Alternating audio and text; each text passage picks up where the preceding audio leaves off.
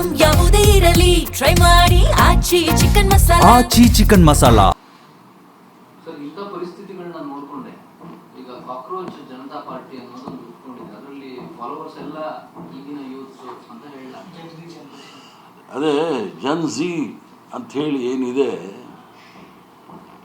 ರಾಷ್ಟ್ರದ ಸರ್ವೋಚ್ಚ ನ್ಯಾಯಾಲಯದ ಮುಖ್ಯ ನ್ಯಾಯಾಧೀಶರು ಪ್ಯಾರಾಸೈಟ್ಸು, ಜಿರಳೆಗಳು, ಕಾಕ್ರೋಚ್ ಅಂತ ಹೇಳಿ ಟಿಪ್ಪಣಿ ಕೊಟ್ಟಾಗ ದೇಶದ ಸಮಸ್ಯೆಗಳಿಗೆ ಅದನ್ನು ನೀವೂ ಸೇರಿಸಿದ್ದಾರೆ. ಯಾಕೋ ನೀವು ಮೆತ್ತಿಗೆ ಹೇಳ್ತಾ ಇದ್ದೀರಾ. ಯಾರು ನಿರುದ್ಯೋಗಿಗಳು ಮೀಡಿಯಾಗೆ ಬರ್ತಾರೆ, RTIಗೆ ಬರ್ತಾರೆ, ಇಲ್ಲಿ ಅಡ್ವೊಕೇಟ್ ಅಂತೇಳಿ ಇಲ್ಲಿ ಬರ್ತಾರೆ ಫೇಕ್ ಅಂತೇಳಿ. ಬಹುಶಃ ಈ ಫೇಕ್ ಮಹಾರಾಜ ಇದ್ದಾರಲ್ಲ ಈ ದೇಶದಲ್ಲಿ, ಫೇಕ್ ಸರ್ಟಿಫಿಕೇಟ್ ಕೊಟ್ಕೊಂಡು ಪ್ರಧಾನಮಂತ್ರಿ ಆಗಿದ್ದಾರಲ್ಲ, ಅವ್ರನ್ನ ದೃಷ್ಟಿ ಇಟ್ಕೊಂಡು ಹೇಳಿರಬೇಕೇ ವಿನಃ ಅದರಿಂದ ಜನ್ ಝಿ ಅವರು ಅವ್ರದ್ದೇ ಒಂದು ಪಕ್ಷವನ್ನು ಸ್ಥಾಪನೆ ಮಾಡಿ ದೇಶದ ಸಮಸ್ಯೆಗಳನ್ನು ಗಮನ ಸೆಳೆಯಲು ಮಾಡಿರ್ತಕ್ಕಂಥದ್ದು ಭಾಳ ಶ್ಲಾಘನೀಯ. ಅದನ್ನು ನಾವೆಲ್ಲರೂ ಸಹ ಸ್ವಾಗತ ಮಾಡ್ತೇವೆ. ಒಂದು ತಲೆಮಾರು ಈ ಥರದ ಒಂದು ಹೊಸ ಆಲೋಚನೆ ಕಡೆ ಹೋಗ್ತಿದೆ ಅಂತ ಅನ್ಸುತ್ತೆ ಸರ್. ಅಂದರೆ ಇವತ್ತಿನ BJP ನಿರ್ಧಾರಗಳಿರ್ಬೋದು. ಅಲ್ಲಲ್ಲ, ದೇಶದಲ್ಲಿರ್ತಕ್ಕಂಥ ಸಮಸ್ಯೆಗಳಿಗೆ ನಾವು ನಿಮಗೆ ಅದಕ್ಕೆ ಆಸ್ಟ್ರಿಚ್ ಅಂತ ಹೇಳ್ತಾರೆ, ಅದಕ್ಕೆ ಒಂದು ಅದೇನೋ ಪಕ್ಷಿ ಅದು ಬಿರುಗಾಳಿ ಬಂದಾಗ ಮರುಭೂಮಿನಲ್ಲಿ ತಲೆ ಹಾಕೊಂಡು ನಿಂತ್ಕೊಂಡ್ಬಿಡುತ್ತೆ. ಬಿರುಗಾಳಿನ ಯಾವ ರೀತಿ ಫೇಸ್ ಮಾಡಬೇಕು ಅನ್ನೋ ಬದಲು ಆ ಥರ ಈ ನರೇಂದ್ರ ಮೋದಿ ಅವರು ಬಿರುಗಾಳಿಯನ್ನು, ಸುಂಟ್ರ ಗಾಳಿ ಬಂದಿದೆ, ಅದನ್ನು ಯಾವ ರೀತಿ ಅದನ್ನು ನಾವು ಎದುರಿಸ್ಬೇಕು ಅನ್ನೋದು ಬಿಟ್ಟು ಫಾರಿನ್ ಟೂರ್ ಹೊಡ್ಕೊಂಡು ಹೋಗ್ತಾ ಇದ್ದಾರೆ. ಫಾರಿನ್ ಟೂರ್ ಹೋಗ್ಬಿಟ್ಟು ಏನು ಸಾಧನೆ ಮಾಡಿದ್ದಾರೆ ಅನ್ನೋದು ಹೇಳಿ. ನಿನ್ನೆ ಕೂಡ ಪ್ರಧಾನಮಂತ್ರಿಗಳು ಅವ್ರ ಕ್ಯಾಬಿನೆಟ್ ಮಂತ್ರಿಗಳನ್ನ ಎಷ್ಟು 4 ಗಂಟೆಯನ್ನು ಮಾತಾಡಿದ್ರಂತೆ. 2047 ಹೇಳಿದ್ದಾರೆ. ಅವ್ರು ಬದುಕಿರ್ತಾರೋ ಇಲ್ಲೋ ಗೊತ್ತಿಲ್ಲ. ಫಾರಿನ್ ಟೂರ್ ಬಂದ ತಕ್ಷಣ ಕ್ಯಾಬಿನೆಟ್ಗೆ ಬ್ರೀಫ್ ಮಾಡೋದು ಒಂದು ಮೊದಲಿಂದ ಬಂದಿರತಕ್ಕಂಥ ಸಂಪ್ರದಾಯ ಪದ್ಧತಿ. ಅದನ್ನು ಬಿಟ್ಬಿಟ್ಟು ಮೆಲೋನಿಗೆ ಚಾಕ್ಲೇಟ್ ಅಂತ ಕೊಡ್ಬಿಟ್ಟು ಆ ಪಾರ್ಲೆ ಕಂಪನಿದು ಶೇರ್ ಸ್ವಲ್ಪ ಜಾಸ್ತಿ ಮಾಡ್ಸೋಕೆ ಅಲ್ಲೂ ವ್ಯಾಪಾರ ಮಾಡೋಕ್ಕೆ ಹೊರಟ್ಬಿಟ್ಟಿದ್ದಾರೆ ದೇಶದ ಪ್ರಧಾನಮಂತ್ರಿ. ಅದಕ್ಕೆ ಚಾಣಕ್ಯ ಹೇಳಿದಾಗೆ ರಾಜ ವ್ಯಾಪಾರಿ ಆದಾಗ ಪ್ರಜೆ ಬಿಕಾರಿ ಆಗ್ತಾನೆ ಅಂತೇಳಿ ಭಾಳ ಸ್ಪಷ್ಟವಾಗಿ ಚಾಣಕ್ಯ ನೀತಿ ಅಂತ ಹೇಳಿದ್ದಾರೆ. ಅದು ನನಗೇನು ಗೊತ್ತಿಲ್ಲ, ಕೇಳಿ ತಿಳ್ಕೊಂಡಿರೋದು ಅಷ್ಟೇ. ಆ ಥರ ಪ್ರಜೆಗಳನ್ನ ಬಿಕಾರಿಯಾಗಿ ಮಾಡಿರ್ತಕ್ಕಂಥ ಯಾರಾದರೂ ಪ್ರಧಾನಮಂತ್ರಿ ಇದ್ದರೆ ಅದು ನರೇಂದ್ರ ಮೋದಿನೇ. ಕ್ಯಾಬಿನೆಟ್ ಅಲ್ಲಿ ಸುಮಾರು 52 ಕ್ರಿಮಿನಲ್ ಕೇಸಸ್ ಅನ್ನು ವಾಪಸ್ ಪಡೆಯಲು ತೀರ್ಮಾನ ಮಾಡಿದ್ದಾರೆ.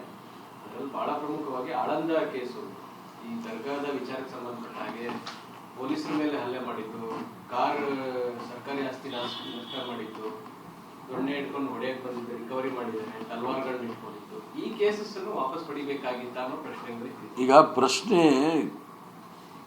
ಕರ್ನಾಟಕ ರಾಜ್ಯ ಸರ್ಕಾರದ ಮಂತ್ರಿಮಂಡಲದ ಸಭೆಯಲ್ಲಿ ಕೆಲವು ಪ್ರಕರಣಗಳನ್ನು ವಾಪಸ್ ತೆಗೆದುಕೊಂಡಿದ್ದಾರೆ. ಅದರಲ್ಲಿ ಹಿಂದುತ್ವವಾದಿ ಆಗಿರ್ತಕ್ಕಂಥ ಮುಕ್ತಾಲಿಕ್ ದೇಸಾಯಿದು ಕೂಡ ವಾಪಸ್ ತಗೊಂಡಿರೋದು ನನಗೆ ಸುದ್ದಿ ಬಂದಿದೆ.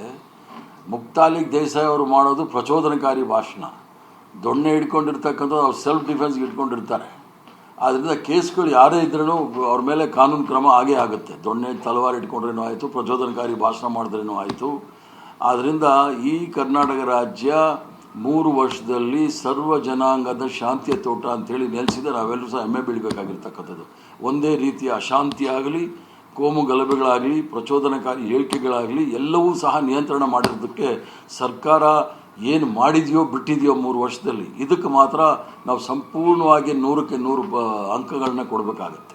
ಶಾಂತಿ ನೆಲೆಸಿರ್ತಕ್ಕಂಥ ಕರ್ನಾಟಕ ರಾಜ್ಯದಲ್ಲಿ ಮೊದಲು ಸಹ ಹೇಳಿದ್ವಿ, ಈಗಲೂ ಸಹ ಹೇಳ್ತೇವೆ. ಬಟ್ ಸರ್, 4 ವರ್ಷ 3 ವರ್ಷಕ್ಕೆ ಈ ಥರದ ಪ್ರಕರಣಗಳನ್ನ ವಾಪಸ್ ಪಡೆದರೆ ಆ ಕೇಸಲ್ಲಿ ಭಾಗಿಯಾದವ್ರಿಗೆ ಇದೊಂದು ರೀತಿಯ ಅಂದರೆ ಏನು ಮಾಡಿದ್ರು ಅಲ್ಲ, ಪ್ರಕರಣ ವಾಪಸ್ ತಗೊಂಡ್ರ ಪ್ರಶ್ನೆ ಅಂದರೆ, ಈಗ ಗೌರಿ ಲಂಕೇಶ್ನ ಕೊಲೆ ಮಾಡಿರೋರಿಗೆ ಹೂನಾರ ಆಗ್ತಿರಲ್ಲ, ಅದಕ್ಕಿಂತ ಕೆಟ್ಟದಾಗ ಏನಾದರೂ ಇದೆಯಾ? ಬಿಲ್ಕಿಸ್ ಬಾನು 3 ವರ್ಷದ ಸಣ್ಣ ಮಗು ಕೊಲೆ ಆಗಿದೆ, 14 ಜನ ಅವ್ರ ಕುಟುಂಬದವ್ರು ಕೊಲೆ ಆಗಿದೆ, ಅವ್ರನ್ನ ಜೈಲಿಂದ ಬಿಟ್ಟಾಗ ಅವ್ರು ಹೂನಾರ ಹಾಕಿ ಸ್ವೀಟ್ ಕೊಡ್ತಿರಲ್ಲ, ಇದ್ರ ಬಗ್ಗೆ ಯಾರಾದರೂ ಪ್ರಶ್ನೆ ಮಾಡಬೇಕಾಯ್ತು, ಯಾರೂ ಮಾಡಲಿಲ್ಲ. ದುರಂತ. ಕುಲ್ದೀಪ್ ಸೆಂಗರ್ ಅಂತೇಳಿ ಒಂದು 16 ವರ್ಷದ ಹೆಣ್ಮಗಳ ಮೇಲೆ ಅತ್ಯಾಚಾರ ಮಾಡ್ತಾನೆ, ಅವನಿಗೆ 1 ವರ್ಷ ಬೇಕಾಗಿತ್ತು FIR ಮಾಡಬೇಕಂದ್ರೆ, BJPನ ಸಸ್ಪೆಂಡ್ ಮಾಡಬೇಕಂದ್ರೆ ಅವ್ರಿಗೆ 1 ವರ್ಷ ಬೇಕಾಗಿತ್ತು. ಆದರೆ ಮೊನ್ನೆ ತಾನೇ ಯಾರೋ ಬಂಡಿ ರೆಡ್ಡಿ ಅಂತೇಳಿ ತೆಲಂಗಾಣದಲ್ಲಿ ಅವ್ರ ಮಗ ಒಂದು ಹೆಣ್ಣುಮಗಳ ಮೇಲೆ ರೇಪ್ ಮಾಡಿದಾಗ ಸರೆಂಡರ್ ಮಾಡಿಸೋದ್ರಂತೆ. ತಂದೆ ಆದವನು ಎಲ್ಲಾದರೂ ಇತಿಹಾಸ ಇದೆಯಾ ಸರೆಂಡರ್ ಮಾಡಿದಂಥ ಗೃಹ ಮಂತ್ರಿ ಆ ಕೇಂದ್ರದಲ್ಲಿರ್ತಕ್ಕಂಥವ್ರು ಹೇಳಿದ ನಾಚಿಕೆ ಮಾನ ಮರ್ಯಾದೆ ಇರೋ ಸರ್ಕಾರ ಭಾರತೀಯ ಜನತಾ ಪಾರ್ಟಿ. ನಾವು ಆ ಥರ ಕೆಲಸಗಳೇನು ಮಾಡಿಲ್ಲ.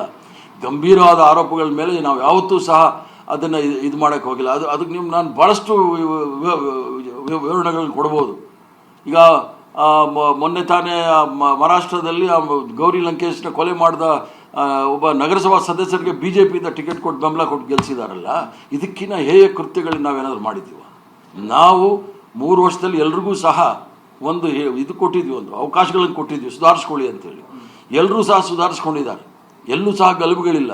ಆದ್ದರಿಂದ ಸರ್ಕಾರ ತೆಗೆದುಕೊಳ್ತಿರ್ತಕ್ಕಂಥ ತೀರ್ಮಾನ ಸರಿಯಾಗಿದೆ.